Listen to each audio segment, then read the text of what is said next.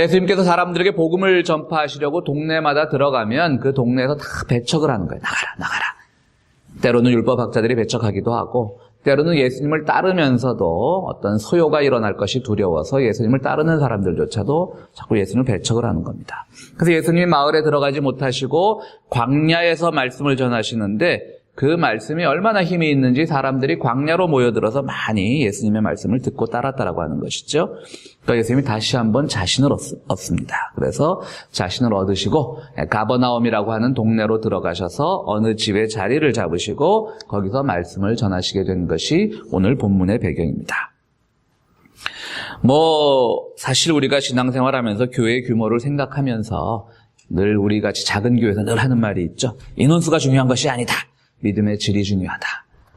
꼭 그런 건 아닌 것 같아요. 인원수도 중요한 것 같아요. 우리 예수님 보시니까 많은 사람들이 따르니까 자신감이 생기셔가지고 마을에 다시 들어가서 집에 앉으셔가지고 또 말씀을 전하시는 것이죠. 그러니까 우리도 올해는 좀 인원수도 좀 중시하는 한 해가 되었으면 좋겠습니다. 교회 질도 중요하지만 어쨌든 예수님이 자신감 있게 말씀을 전하시니까 사람들이 쫙 모인 거예요.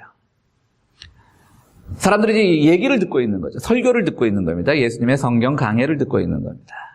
그런데 한 중풍병자가 급합니다. 예수님께서 치유의 기적을 많이 행하신다는 그 소문을 들었겠죠. 그래서 이제 4명의 친구가 1명의 거동을 전혀 하지 못하는 중풍병자를 데리고 예수님께 가서 치유 기도를 받으려고 하는데 수많은 사람들이 그 집을 둘러싸니까 도저히 접근할 수가 없는 거예요. 그래서 이 친구들이 머리를 짜내서 천장 위로 올라가서 지붕 위로 올라가서 누구의 집인지는 모르겠지만 어쨌든 남의 집 지붕을 뜯어내고 그곳에서 들것에 실린 이 중풍병자를 4명이서 이렇게 잡아가지고 우리 모태신앙이나 어릴 때부터 교회 생활한 분들은 주일학교에서 그 그림으로 배웠던 기억들이 생생하실 것 같은데요. 그 중풍병자를 드러내렸던 것이죠. 그래서 예수님이 그 믿음을 보시고 이 중풍병자를 낫게 했던 겁니다. 오늘 본문을 보면 약간 좀 하나님의 말씀을 의심해서는 안 되니까 좀 더 순화해서 말하자면 미심쩍은 부분들은 좀 있습니다. 과연 사람들이 꽉 모였는데 그럼 천장까지는 어떻게 접근했느냐? 성서 주석서 제가 설교를 하면서 주석서들을 보니까 거기에 대해서도 흔쾌하게 대답을 하지는 못하더라고요. 그러니까 예를 들어서 문 앞에만 사람들이 모여들었다. 그러면 뒤로 돌아가서 창문으로 들어갈 수도 있지 꼭 지붕에서 드러내릴 필요가 있느냐? 결국 사람들이 모여들었다라고 하는 것은 사방이 다 인파로 둘러싸여 있었다는 얘기인데 어떻게 천장까지 접근할 수 있었을까? 어떻게 접근했겠습니까? 아무도 모릅니다. 그냥 이거는 넘어가는 겁니다. 그냥 이거는 어떻게든 접근했겠죠. 얼마나 그 친구들이 이 한 명의 친구를 살리기 위해서 얼마나 그 의지들이 강렬했으면 어쨌든 접근해서 천장까지 올라갔던 겁니다. 자, 그래서 이제 친구를 드러내렸고요. 예수님도 놀랐겠죠. 우리가 한 영화의 장면 또는 말씀드렸듯이 우리 주일학교 때 배웠던 그 그림 성경의 한 장면을 생각해 보자면 천장에서 사람이 뚝 떨어지니까 예수님도 놀랐고 인파들도 놀랐고 어쨌든 예수님은 믿음을 보시고 그를 치유했던 겁니다. 그것이 오늘 본문의 내용입니다. 그런데 오늘 본문에서 특이한 것은요, 예수님께서 이 중풍병자를 고칠 때 뭐라고 말씀을 하셨냐면 그들의 믿음을 보시고 하면서 이 중풍병자를 고친 겁니다. 예수님께서 많은 환자 치유를 하시지 않았습니까? 그때 예수님께서 하신 그 몇 가지 유형이 있습니다.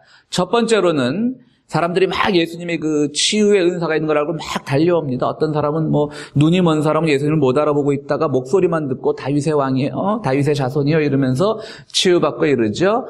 그 치유 설화들을 보면 대부분 예수님께서 뭐라고 말씀하시냐면 제가 자주 드리는 말씀이지만 예수님이 이 병을 고쳐주고 나서 결코 생색내지 않으셨습니다. 자, 나 잘 믿으면 이렇게 너희들 다 병 고침에 치유받는 거야. 이런 류의 말씀을 하시지 않았어요. 뭐라고 말씀하셨냐면 내 믿음이 너의 믿음이 너의 병을 고쳤다라고 하는 것이죠. 나를 고백하는 너의 믿음이. 그러니까 한 개인이 가지고 있는 믿음이 얼마나 중요한가를 설명하시는 거죠. 그것이 첫 번째 유형입니다. 내 믿음이 너의 병을 고쳤다. 두 번째 유형은 뭐냐면 정말 거동을 못하는 사람들이 있어요. 바로 요한복음 5장에 나오는 그 베데스다 목가에서 38년 동안 있었던 사람이 있죠.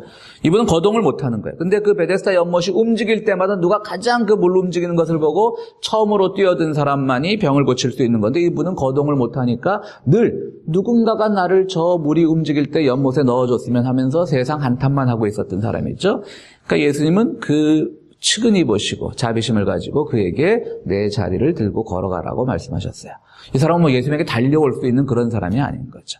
그것이 두 번째 유형입니다. 어떤 내 믿음이 너를 고친 경우가 있고 예수님의 자비심이 그들을 고쳐준 경우가 있고요. 오늘 유형은 세 번째입니다. 거동을 못한다는 점에서는 요한복음 5장에 나오는 38년 된 병자와 비슷한 케이스라고 할 수가 있는데요. 그래서 신세 한탄을 하는 것과는 또 다른 케이스죠. 이때 친구들을 이용해서 친구들이 도와주어서 이 환자가 병 고침을 받게 되는 겁니다. 그러니까 제3자의 도움으로 예수님께로 가까이 가게 되고 그 3자의 도움에 의해서 병을 고침받는 그러한 경우입니다. 바로 여기서 오늘 주님께서 말씀하신 게 그런 겁니다. 여러 가지 치유 유형마다 예수님께서 다양한 말씀으로 하셨지만 오늘은 뭐라고 말씀하셨냐면 그들의 믿음을 보시고 이 중풍병 환자를 고쳤다는 것이죠. 그래서 오늘 설교 제목도 그들의 믿음입니다. 이 환자의 믿음도 아니고 예수의 자비심도 아니고 정말 병도 없고 건장하고 그 수많은 인파를 뚫고 천장까지 갈 수 있었던 그런 건장한 사람들, 어찌 보면 제3자이지만 그들은 정말 우정 하나만은 자랑할 만하지만 어떤 다른 것도 증명되지 않은 사람들인데요. 주님께서는 바로 그들의 믿음을 보시고 이 한 사람을 고치게 되었던 것이죠. 그렇다면 올 한 해 우리가 살아가면서 우리는 그들의 믿음에 대해서 한번 생각을 해보면서 오늘 우리는 그들의 믿음이 올 한 해 우리의 어떤 믿음의 깨우침 또는 믿음의 가이드라인 같은 게 되었으면 좋겠다라는 뜻에서 오늘 설교를 함께 나누게 되었습니다. 첫 번째로 그들의 믿음이란 어떤 믿음일까? 개인의 믿음도 아니고 예수님의 자비심도 아니고 그들의 믿음이라고 하는 것은 협력하는 믿음입니다. 4명이 정말 얼마나 힘들었겠습니까? 또 거동도 못하는 중풍병자를 천장에서 들것에 드러내릴 때 그 균형은 또 얼마나 중요했겠습니까? 한 사람이라도 힘이 약한 사람이 있으면 그 평형이 깨지게 되면 중풍병자가 천장으로부터 땅바닥에 떨어져서 그야말로 거동을 고쳐지기는커녕 더 치명적인 상태에 이를 수도 있었을 겁니다. 이들은 이 한 명의 친구를 위해서 협력하는 믿음을 보여줬던 겁니다. 물론 그들은 창피함도 있었을 겁니다. 야, 이걸 꼭 우리가 뚫고 들어가야 되는가? 비난도 있었을 겁니다. 사실 이게 윤리나 도덕적으로 보자면 그렇게 권장할 일은 못 되지 않습니까? 누구의 집인지는 모르지만 남의 집 지붕 위에 올라가서 천장을 뜯어낸다라고 하는 것은 오늘날 우리가 도덕 기준이나 이런 걸로 보면 사실은 좀 비난받을 부분도 있는 것이죠. 그러나 바로 여기서 그들은 어떤 이 친구들을 위해서 협력하는 믿음을 보여주었던 겁니다. 그렇습니다. 오늘 우리의 믿음 생활은요, 물론 우리는 가장 절실한 기도의 제목은 내가 가지고 있는 문제입니다. 그건 주님도 탓하지 않을 겁니다. 우리는 신앙의 큰 대의를 가지고 우리는 이웃을 위해 기도해야 되고 이웃을 섬겨야 되지만 사실 우리 모두가 기도할 때 자기의 문제처럼 시급하고 당면한 것이 어디 있겠습니까? 그것은 굳이 탓할 일은 못 됩니다. 그러나 믿음이 만약 그 단계에만 머물러 버린다면 우리의 믿음은 발전하지 않을 겁니다. 우리에게 더욱더 중요한 것은 바로 우리가 어떤 일을 위해서 또 누군가를 위해서 함께 협력하고 교회의 사명을 위해서 또는 이웃의 고통을 우리가 함께 나누는 과정에서 협력하는 자세의 믿음이 매우 필요한 겁니다. 그것이 바로 믿음인 겁니다. 그렇기 때문에 주님께서 바로 그들의 믿음이란 말을 그렇게 강조를 하셨던 겁니다. 중국의 유명한 철학자는 이런 말을 합니다. 문명은 적자생존이 아니라 협력과 양보를 통해서 이루어졌다. 적자생존이란 건 뭡니까? 어떻게 보면 말이 그럴듯해서 그렇지 힘 있는 자가 살아남는다는 게 적자생존 아닙니까? 사실 문명을 보면 늘 힘 있는 자가 타민족을 정복하고 다른 나라를 정복하고 이러면서 문명을 이끌어왔던 것처럼 보이지만 중국의 철학자 이종호는 그렇게 말하지 않습니다. 협력과 양보라고 하는 것이죠. 우리의 믿음 생활도 마찬가지입니다.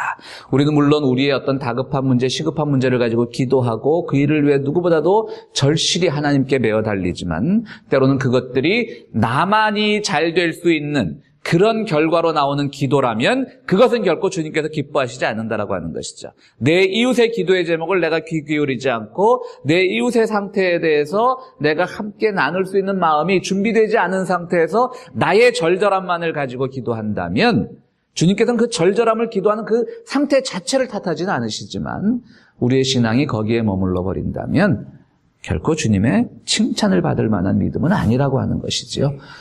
올 한 해는 우리가 정말 협력하는 믿음, 교회를 위해서 협력하고 양보하고 우리 교우들을 위해서 협력하고 양보하고 내 부분을 조금 더 희생하고 하는 그런 믿음의 자세가 매우 필요한 한 해가 되어야 할 것입니다. 여러분들 모두 이 친구들처럼 협력하는 믿음, 그래서 한 사람을 살렸듯이 우리의 협력하는 믿음을 통해서 정말 곤경에 처해 있는 우리의 교우들 또는 이웃들을 살리는 또 우리의 여러 가지 좋지 못한 사회 현실들을 고쳐나가는 그런 믿음의 소유자가 되기를 바랍니다.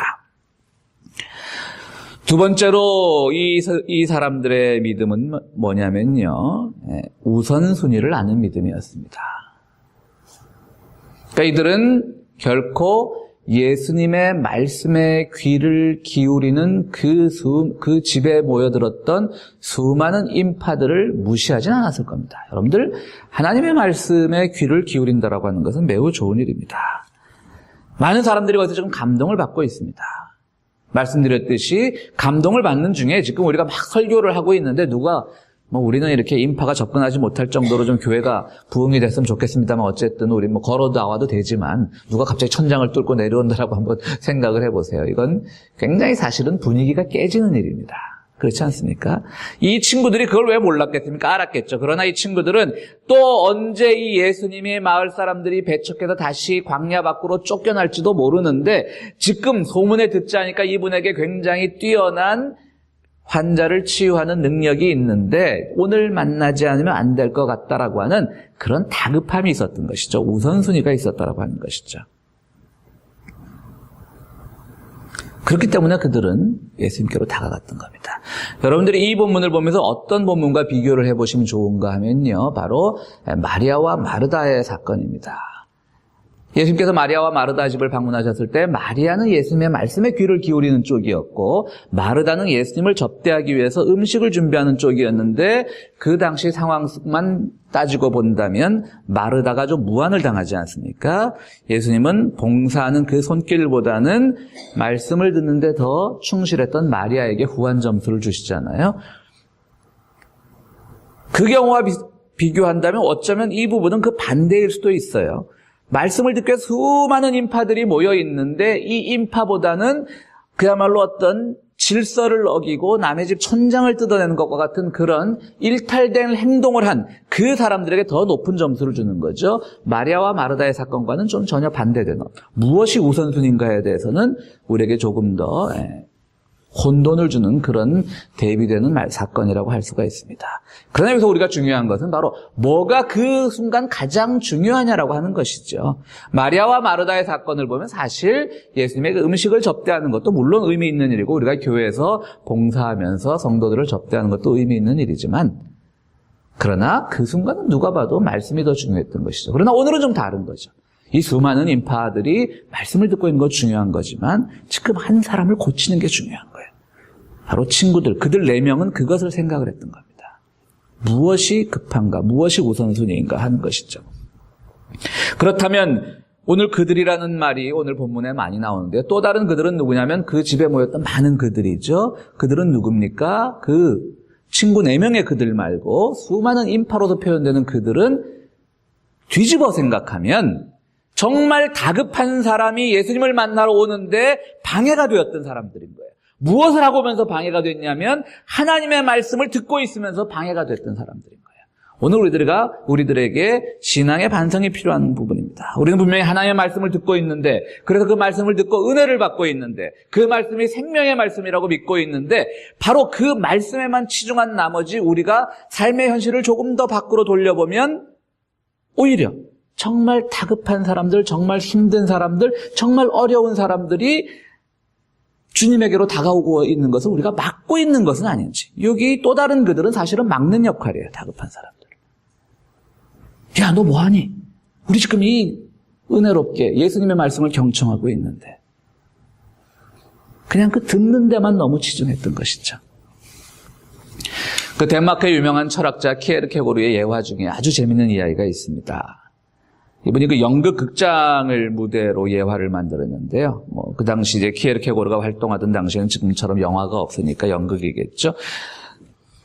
굉장히 유명한 연극을 하고 굉장히 유명한 배우들이 연극을 이제 막 하고 있는 겁니다. 관객이 초만 원을 이루고 있습니다. 근데 극장 뒤쪽에 불이 났습니다. 관객들은 재밌는 연극에 온통 정신이 팔려 있습니다.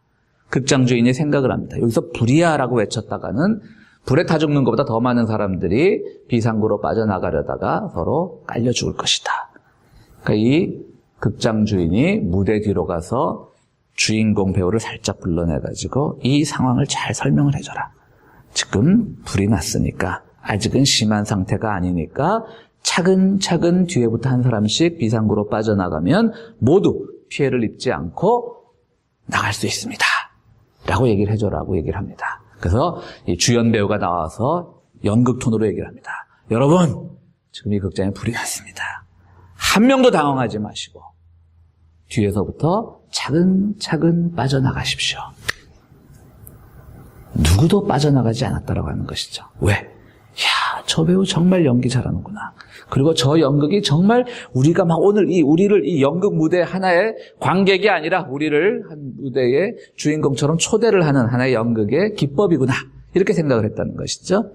다 타 죽었답니다. 실제 사건은 아닙니다. 예화입니까? 너무 다 타 죽었다고 애석하게 생각하지 마시고요. 오늘 우리의 그 설교를 듣는 행위, 또 신앙생활을 하는 행위들이 이와 같지는 않을까. 들을 때는 너무나 은혜롭고 들을 때는 나를 향한 말씀 같지만 실제로 우리가 한꺼풀 밖으로 돌려보면 정말 시급한 일이 있는데 정말 살려야 될 사람이 있고 살아야 될 영혼이 있는데 우리는 그것을 잃어버리고 그저 달콤한 말을 듣는 데 익숙하고 그저 나에게 유익이 되는 것 같은 그 말에만 익숙해서 우리가 돌보아야 될 여러 현실들을 외면하고 있는 것은 아닌지. 그래서 정말 다급한 사람들이 주님의 말씀을 듣고 그들의 결단이 필요한데 그들을 우리는 오히려 수많은 인파처럼 그들이 우리에게 주님께로 다가오는 것을 막고 있는 역할을 오늘 우리가 기독교인의 이름으로 하고 있는 것은 아닌지. 그것을 주님께서는 오늘 본문을 통해서 우리에게 가르쳐주고 계신 거예요. 그러니까 그들의 믿음이란 뭐냐면 4명으로서의 그들은 우선순위를 아는 믿음이었던 것이고요. 그 4명을 제외한 수많은 인파로서의 그들은 오히려 다급한 사람들을 가로막는 역할을 하고 있는 나쁜 일을 하면서 가로막은 것이 아니라 분명히 주님의 말씀을 듣는다라고 하는 좋은 일을 하고 있지만 실제로 그것이 누군가의 삶의 다급함을 가로막을 수도 있다는 그 반성을 우리들에게 전해주고 계신 본문인 거죠. 분명히 우리가 주님의 말씀을 듣고 그것을 통해서 은혜를 받고 그것이 내 삶의 자극제가 된다라고 하는 것은 좋은 일입니다. 그러나 오늘 현실에서 수많은 사람들이 아우성을 치고 수많은 사람들이 힘들어할 때 우리는 교회라는 공간 속에서 하나님의 말씀을 듣는 데만 익숙하면서 정말 주님의 말씀의 능력이 해방의 공간에서 필요한 그 사람들을 오히려 가로막고 있는 것은 아닌지 우리 스스로 돌아보아야 되는 것입니다. 세 번째로 그들의 믿음은 무엇인가? 그 4명의 믿음이요, 1명의 중풍병자를 살렸습니다. 중풍병자는 물론 이 당시는 주님께서 친히 치유하신 정말 환자로서 치유된 기적의 혜택을 받은 그 사람이지만요, 오늘 이 시대를 살아가는 우리들에게는 그저 자기 스스로는 아무것도 할 수 없는 소극적인 사람을 상징한다고 볼 수가 있습니다. 그런데 바로 친구 그들이 이 사람을 일어나서 걸어가게 했습니다. 주님의 선포가 있었지만 주님께서 왜 그 선포를 했냐면 왜 네 침상을 들고 걸어가라고 했냐면 그들의 믿음을 보시고 한 거거든요. 바로 오늘 우리가 이런 신앙생활을 할 때 우리에게 수많은 우리가 알지 못하는 그들이 있었다라고 하는 것이죠. 그들의 믿음이 있었기에 우리 복음성가에서 누군가 널 위해 기도하나라는 그 복음성가처럼 그들의 믿음이 있었기에 오늘 우리가 신앙생활을 하는 것이고 그들의 믿음이 있었기에 오늘 우리가 더 많은 자유를 누리는 것이고 그들의 믿음이 있었기에 우리의 기도가 때로는 나만의 기도가 될 수 있을지라도 주님께서 들으시고 응답하시는 겁니다. 여러분, 올해는 그 브라질에서 월드컵이 열립니다. 그 아시죠? 그리고 우리나라도 뭐 몇 회 연속 이제 브라질 그 월드컵에 출전을 하는데요. 또 뭐 주일날 끼면 또 우리 교회 모든 그 기술진들을 동원해서 교회에서 볼 수 있도록 배려를 하겠습니다. 어쨌든 주일날 게임이 있는지 없는지 모르겠지만요. 브라질이라는 나라는 어떤 나라입니까? 지금도 여전히 정말 브라질에서 월드컵이라고 하는 큰 대회를 개최할 수 있는가? 치안의 문제, 또 빈부격차의 문제 심각하지만요. 그러나 사실은 20, 30년 전에는 지금보다 훨씬 더 열악한 상태였죠. 그러나 지금만큼 좋아진 게 누구 때문이라고 생각을 하십니까? 미국의 원조 때문에? 아니에요. 바로 30년 전, 40년 전에 그 가톨릭 국가에서 소위 말하는 해방신학이라는 것을 들고 나와서 그 가난한 사람들에게 하나님의 말씀이 어떻게 적용되어야 했던 그들이 있었기 때문에 그런 거예요. 그것 때문에 그 나라가 아직은 부족하지만 정의가 조금씩 쌓여가고. 그들이 누구입니까? 뭐 구티에르즈 같은 신부 같은 분들, 당시 그 유럽에 가서 독일 같은 데 가서 최신의 신학을 공부하고 온 분들이에요. 가톨릭은 그렇게 또 공부하고 오면 아주 큰 교회 신부로서 배정을 해줘요. 뛰어난 학자였죠. 구티에르즈라고 하는 해방신학의 선봉을 걸었던 분이요. 그럼 아주 큰 교구 성당을 맡아서 그냥 편안하게 잘 살 수 있는 겁니다. 그저 틀에 박힌 얘기하면서 잘 살 수 있는 겁니다. 그리고 설교, 가톨릭으로 하면 강론이 되겠죠. 강론은 얼마나 수준이 높겠습니까? 유럽에 가서 최신의 신학을 배워온 분인데요. 근데 그분들이 뭐가 부족해서 그 브라질, 3, 40년 전에 그 열악한 빈민굴로 들어가서 하나님의 말씀은 정의의 말씀이고 가난한 자들과 함께하는 거라는, 그리고 온갖 공산주의자니 빨갱이니 온갖 비난을 감수하면서 그 일을 했겠습니까? 바로 그들의 믿음이 있었기 때문에 오늘 브라질이 이만큼 낮은 거예요. 그 당시는 수많은 편견과 냉대 속에서, 오해 속에서 그들의 믿음이 있었기 때문에 그만큼 민주화도 됐던 것이고요. 우리나라도 마찬가지죠. 60년대, 70년대 정말 교회를 해서 큰 교회 목사가 돼도 부족함이 없는 분들, 신부들, 목사님들, 그런 분들의 희생, 그들의 믿음이 있었기 때문에 우리가 이만큼이라도 자유를 누리게 된 것이죠. 그런데 자꾸 거꾸로 가고 있으려고 하니까 문제가 되는 거죠. 얼마 전에 남아프리카의 그 만델라 대통령이 서거하지 않으셨습니까? 만델라만큼 또 훌륭한 분이 그 남아프리카의 그 투투라고 하는 신부님이죠. 이분 뭐 유명한 말씀이 있죠. 우리가 그 부당한 것을 틀림없이 눈에 보면서 그 부당한 상황 속에서 중립을 얘기한다면 그것은 가해자의 편을 드는 것이라고 하는 아주 유명한 말을 했습니다. 그러니까 우리가 중립을 지키는 거 참 중요하죠. 어디 한편에 치우치지 않는 거 중요하지만 이미 그 상황이 부당한데 나는 중립을 지켜. 나는 이쪽 저쪽 치우치지 않아. 라고 하며 할 때는 부당한 상황이 있는 상태에서 중립을 지키는 것은 가해자의 편을 드는 것이라고 하는 그 투투 대주교의 말입니다. 투투 대주교는 종교 쪽에서, 만델라는 인권운동 쪽에서 남아프리카의 오늘의 현실을 이끌었죠. 물론 브라질과 마찬가지로 남아프리카 공화국도 여전히 아직은 열악한 상태지만 그 나라도 수십 년 전에 비하면 많이 좋아진 거죠. 근데 만델라 대통령 그 장례식 때요, 투투 대주교가 초청을 받지 못했답니다. 그러니까 이제 지금 이 남아프리카 공화국의 그 정치인들은 만델라의 장례식조차도 좀 싫은 거죠. 어떤 국민적인 추모 분위기가 싫은 거죠. 그래서 투투 대주교도 초청도 안 했어요. 근데 결국은 여론 때문에 하는 수 없이 단상에 앉혔답니다. 뒤늦게 초청을 해가지고. 연설기회를 또 주지 않았어요. 그때 또 이 조문객들과 관중 속에서 막 야유가 나오니까 즉각적인 또 추모 연설 기회를 줬다라고 한 얘기인데요. 바로 투투 주교 같은 분들의 그들의 믿음이 있었기 때문에 세상이 좋아진 겁니다.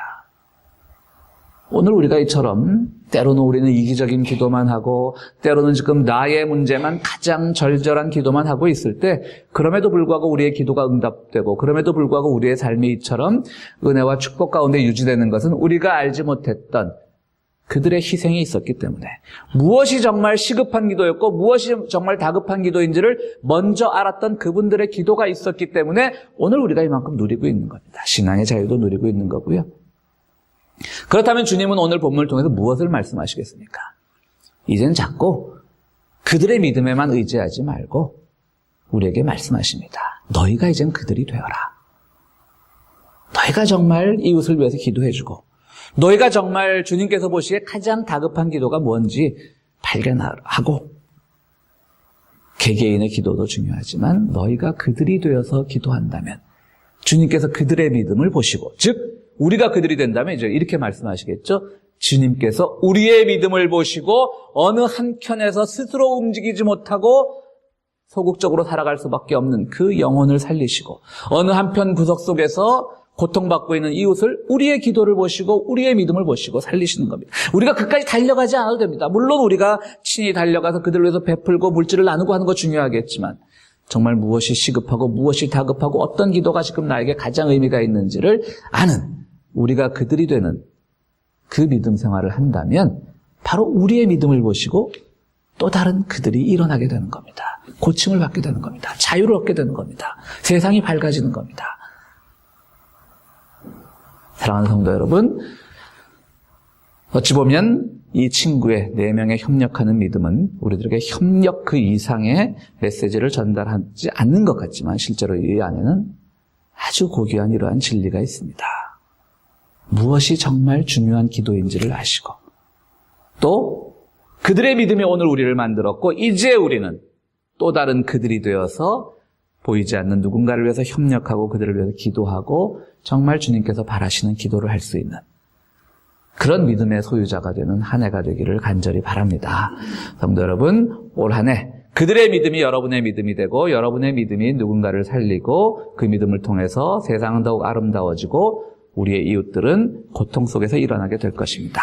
모두 훌륭한 그들의 믿음의 소유자가 되기를 간절히 바랍니다. 우리 함께 기도하시겠습니다. 함께 기도하실 때 올 한 해 우리의 믿음의 길이 늘 나의 절절한 기도도 물론 중요하지만 우리 이웃들을 위해서 내가 참 좋은 그들이 될 수 있도록 다짐하는 기도의 시간 갖도록 하겠습니다.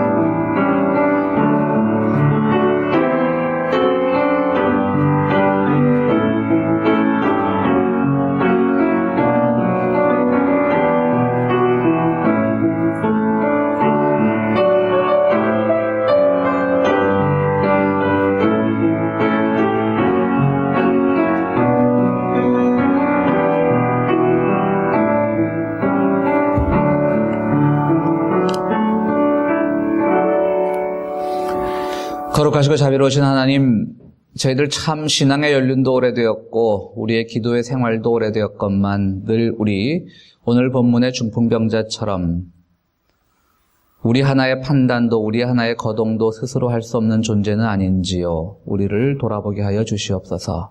그러나 그가 일어서기까지 참으로 훌륭했던 친구들의 믿음이 있음을 우리는 봅니다. 오늘 우리가 이 아름다운 현실 속에 살아갈 수 있도록 수많은 희생을 했던, 수많은 협력을 했던 그들을 우리가 감사하며 그들에게도 하나님의 영광을 발견할 수 있도록 우리의 눈을 열어주시옵소서. 이제 올 한 해는 우리가 그들의 믿음만을 의지해서 살아가는 것이 아니라 우리가 누군가를 위하여 그들이 되기를 원합니다. 우리 그렇게 될 수 있도록 우리 더욱더 강건케 일으켜 주시옵소서. 이제 주님 앞에 귀한 예물을 드립니다. 이 예물을 드릴 때 우리의 마음도 함께 드리오니 그 드리는 손길마다 올해는 주님께서 주시는 참 좋은 은총들을 경험할 수 있도록 함께하여 주시옵소서. 예수 그리스도 이름으로 기도하옵나이다. 아멘.